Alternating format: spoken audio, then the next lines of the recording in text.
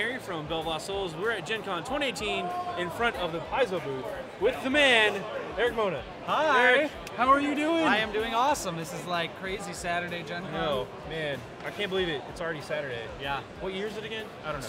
2018. I hope it's 2018 or else I'm super late on second edition Pathfinder. Yeah. Yeah. Oh, speaking of. What? Second edition Pathfinder. Yes. You guys have the core materials out there? Yeah. Tell us about it. Well, what we released at this show and then worldwide for free as a free download on PathfinderPlaytest.com and in bookstores and stuff, and game stores is the Pathfinder playtest. Yes. So we're gearing up toward a big second edition of the Pathfinder role-playing game. It's been 10 years since we launched Pathfinder. People have been telling us what we've been doing wrong the whole time. What? Yeah, we've been taking those notes. We've been playing relentlessly ourselves. We've had ideas, things, and it just finally got to the point where it's like, you know, it's time to freshen things up. And importantly, a lot of this stuff in the rules that people kind of associate the most with Pathfinder, like archetypes, traits, those things aren't even in the core rulebook for Pathfinder, because that was the first book we did. So we've always kind of wanted to pull all that stuff together. And it was always like, well, if we're going to open the patient, then we should fix everything. Yeah, you're going in there. But then it's like you want to kind of delay that as long as possible because you don't want to, like the addition treadmill thing can be really dangerous, you know, and really unfun for players, hard to learn a new system. So finally we thought 10 years, it makes sense, now's a good time to do it. So just like we did last time, where we put out in 2008 a playtest rulebook, and we got feedback, and we incorporated all that feedback to make, you know, the Pathfinder first edition is kind of the best version of 3.5 rules that we possibly could. What we're doing now is we put it together a 400 plus page Pathfinder playtest rulebook with kind of 10 years of everything we've learned, everything people have been telling us, to make Pathfinder second edition the best version of Pathfinder it can be. And so part of it's trying to kind of find our own identity for the game, part of it's trying to make the game easier for people to learn without sacrificing some of the tactical interest. You can make whatever kind of character you can imagine. Those are both really core values for the Pathfinder. And so we wanted to make sure those things were front and center with the new game. So here at Gen Con, we put out the playtest rulebook. We've got up in the Sagamore Ballroom, we've got 185 tables of people playing. And we've been getting feedback already. And online, we're taking surveys, we're doing message boards, we're doing the whole 9 yards. So if they're at home watching this, and you want to get involved, there are plenty of ways to do that. Yeah, absolutely. You can go to PathfinderPlaytest.com to immediately download the Pathfinder Playtest Rulebook, the Playtest Adventure, which is called Doomsday Dawn, which is 7 short scenarios that take you through all various different levels of play. Each one has a super detailed survey you can fill out where we're trying to get very specific information about how different aspects of the new rules work, what people think about it, what they liked, what they didn't like, what they wanted to change. You want that fan feedback. Oh, absolutely. It's critical. It's super critical. It's I think it's part of what made Pathfinder successful the first time around. And it's, you know, it's always been a give and take. And I tell my designers, who I think are some of the smartest people, I got 5 of the smartest people I've ever met in my whole life. And they've been working on this game for 3 years. And then it goes to some editors who are some of the smartest people I've ever known in my life. You know, and so basically I've got 15 of the smartest people I've ever known in my life working on this game. But as of Wednesday, or Thursday I should say, it's now in the hands of tens of thousands of the smartest people that, you know, and so 10, 20, 30, 40, 90,000 brains are going to find holes, they're going to find things we didn't think of, they're going to find, you know, and so it's all about calibrating it to, like I said, make Pathfinder the best version of Pathfinder it can be. Can you give us just a couple of quick things, like some of the high-level highlights of what you're working on, what's changing? Well, and again, it's not final yet. Right, of course. You know, and that's really important for people to understand. You know, I think one of the things that we want to make sure we do is push the envelope a little bit because we can. It's a playtest, and so you know, if someone sees something and they're like, "That's not for me," that's valuable feedback. We want that. We would rather push a little too far and pull back than not push far enough and always say, "Hey, maybe there was a better solution, but we just never tried it." So, so that is, we're taking the feedback and we're going to incorporate it ASAP. With a goal toward releasing the actual second edition Pathfinder here next year at Gen. Yeah, so the playtest will go through the end of the year. Real aggressive playing, you know, it's like 7 scenarios. We're going to focus on each one every 2-3 weeks. We're going to do weekly shows on Paizo. Sorry, let me start over. Official Paizo is the channel on Twitch. So Twitch.tv/official Paizo. Official Paizo. I don't know why it was so hard to say. So anyway, we're doing every Friday we're going to have the designers on, and Friday afternoon and evening, and they will talk about what we've learned so far in the playtest, both in our in-house playtest, what we're hearing from the message boards, maybe some what early surveys are telling us, and sort of start kind of opening the process. Here's what we're thinking of changing, here's what I think might be locked down, what people really seem to be liking, and then have an open Q&A with fans. So the easiest way to get involved is hop over to PathfinderPlaytest.com, download the packet, which also includes a huge digital-only monster book. All this stuff is free. All the stuff is free. If you want to get a print version, we'll sell it to you, and it'll be cheaper probably than printing it yourself. But you know, we did that the last time. We said, you know, let's make a few thousand because we priced out like what it would cost to print at a print shop, and it was like a lot. So it's like, if people really want to have the table, look at the table, maybe we'll make a few thousand. They sold out in literally one day. So this time we know there's, you know, and we did a pre-order thing. So we're not reprinting any of this stuff. You know, so that's going to be, this is the time to get involved. And, you know, so in addition to the Fridays on Official Paizo, we're also looking at, probably on Thursdays, starting in a couple of weeks, opening the door to our own in-house playtest. So we're going to have the designers running the adventure. We've already run it before we released it, but there's still so much more to learn. And so we'll be streaming those playtest sessions. And the goal is like every encounter, then like a normal playtest, we'll play the encounter, we'll stop, we'll say, how did it go? What did you think? And then we're going to turn to the audience and say, you guys watched it, what was your impression? And so you can get involved just by downloading it and watching our Twitch channel. You can get involved by downloading it, reading it, giving us your thoughts. I mean, there's already thousands of posts on Paizo.com just in 3 days letting us know what they loved, what they hate, you know, all that stuff. Super useful. You don't have to make the feedback. You don't have to worry about our feelings. You know, if you really don't like something, let us know. That's important. If you love something, you know, we're humans. It's nice to hear that too. It's nice to hear that too. But yeah, it is a playtest.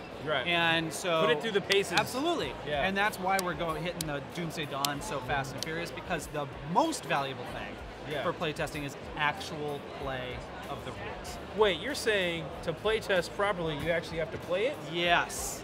Now, but that doesn't mean that just reading it and giving us your feedback is useless. But it does mean that, hey, I played this and this rule didn't seem to work, or I had a hard time looking this up to figure out how this thing, that's extraordinarily helpful to us. And that kind of feedback is what the surveys are really all about. Right, so don't just read the rules and, well, do read the rules, do comment, but please play. Play it.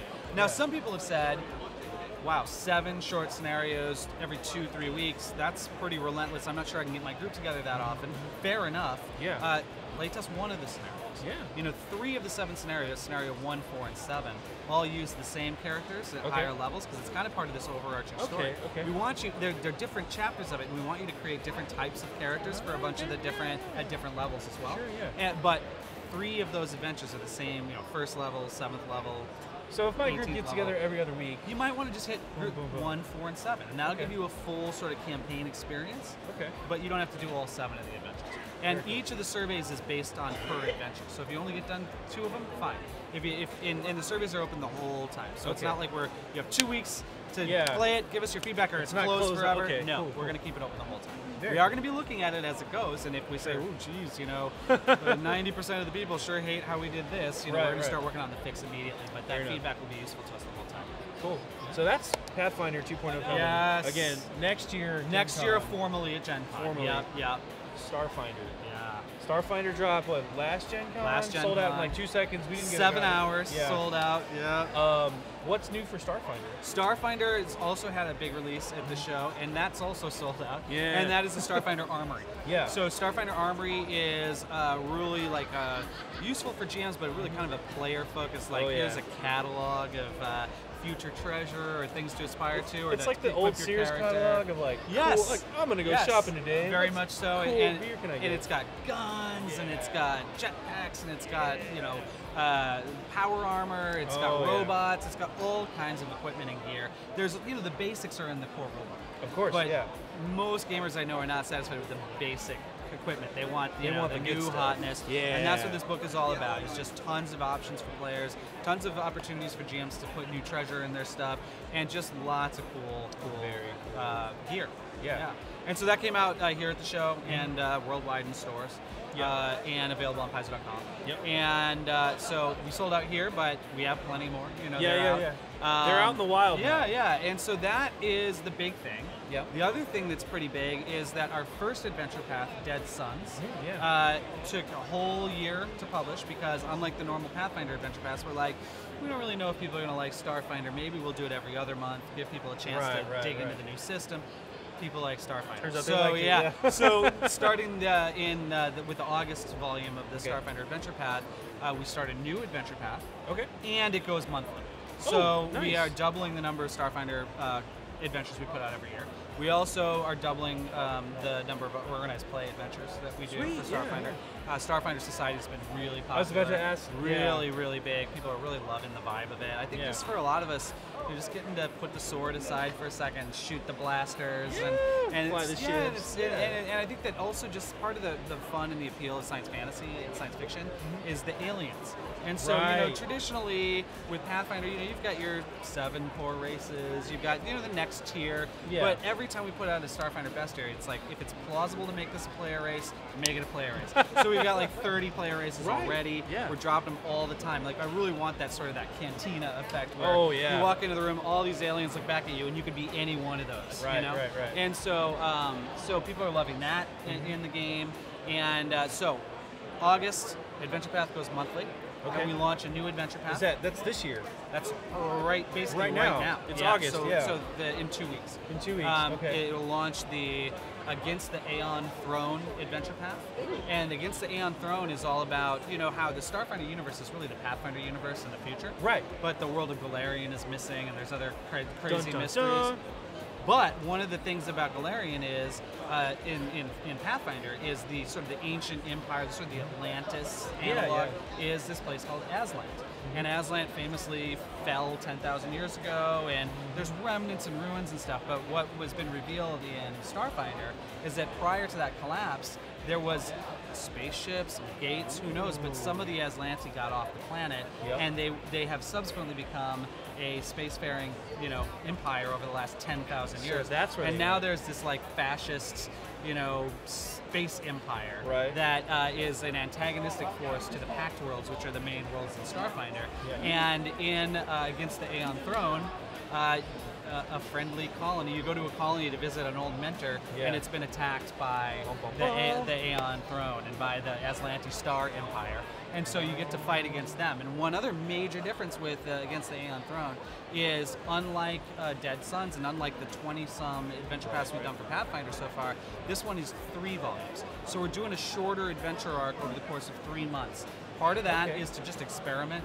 We can experiment with Starfinder in some ways that with Pathfinder, 10 years, people are like, 3 adventure paths. You can't change who knows? Yeah. And no one knows yet because we haven't published it. And so we're going to have to look at it, see if that's if people like it or not. But that's a departure. So we're doing a 3-volume adventure path starting in August, September, October. Boom. The whole storyline's done. That'll take you from 1st to about 7th level. Okay. Right after that, so August, September, October, November, December, and January, we have another 3-volume adventure path, and that's called Signal of Screams. Okay. And that is awesome. It's like, it starts, we just sent it to the printer last week. Okay. And so it's very fresh in my memory of like looking through it and stuff. First of all, it's going to be the darkest adventure path so far. Okay. In Starfinder. It involves so you go to like a pleasure planet for like a well-earned vacation. I mean, you just finished the first 3 paths. And literally, because this adventure path starts at the level that the Against the Aeon Throne lets off. So you can play it as 2 episodes of a continuous campaign, or you can just play it on standalone. So you go to this pleasure planet, and someone is beaming like a mysterious signal across the planet, and it's causing people to go crazy. And it turns out that it all gets involved with the shadow plane and evil sort of Cenobite Hellraiser type creatures from the shadow plane, and it's dark. Wow. It's dark, and it's really going to be cool. And so that one's going to involve some more sort of planar stuff. Yeah. And then we've announced the next one after that. Yeah. And the next one after that is called Dawn of Flame. Okay. And that is going to launch in February of 2019. Okay. And that was back to the 6th-volume adventure. 6th-volume. Okay. And so Dawn of Flame, without going too far into details on it, because it's still pretty new, Dawn of Flame asks the question, what would happen if a powerful Ifriti fire genie from the elemental plane of fire decided to take over the sun? And so, as you might imagine, that becomes quite a problem for the different planets of the Pact worlds. Yeah. And they're going to have to deal with that. Yeah. So Bring that's your heat-resistant gear. Absolutely. So that's what's coming up for Starfinder in terms of the adventure path. So in terms of the books, we drop in the Armory this month, and then in the winter, I think October, we're doing Alien Archive 2. Alien Archive 2. Alien Archive 2, and it's just another 160-page volume with another about 100-some monsters. Oh, wow. Many of whom are playable as races. There's like a snail person you can play now. There's all kinds of cool stuff. Very cool. Yeah. We've also got pre-painted miniatures from Ninja Division after a long wait are finally here. So those are coming out next month in September. Awesome. We've got 4 different sets of those, 2 ships for Starship combat, and then all of the Starfinder iconic characters over 2 packs. Yeah. Cool. So that's great. Man, that is a ton of stuff. I know, it's a lot of stuff. A lot of stuff from Paizo. This is going to be a bonkers year for you guys. So keep an eye on it for the next years? How long does the playtest for? Playtest goes through, let's say, last week of December, early January. Okay. Yeah. And then it's more about us implementing. Then it's people will still be giving us feedback, and we'll still be. We can't not read the message boards every day and all that. But so we'll be able to do little fixes. But by that time, we want to make sure that the major changes are in place. So and we do expect to make some major changes. Yeah, it's a get in there, playtest it, give them feedback. They want you to play it and give feedback. You help shape the game, and then of course Starfinder. Get in there, play those adventures too. Yeah. That sounds bonkers. Awesome. Yeah, good times. Eric, thank you so much for the time. So great, Adam. Thank you. Yep. I'm AdamHarry from BoLS, signing off. Thanks, guys. Click to subscribe. Check out more videos. And thanks for watching.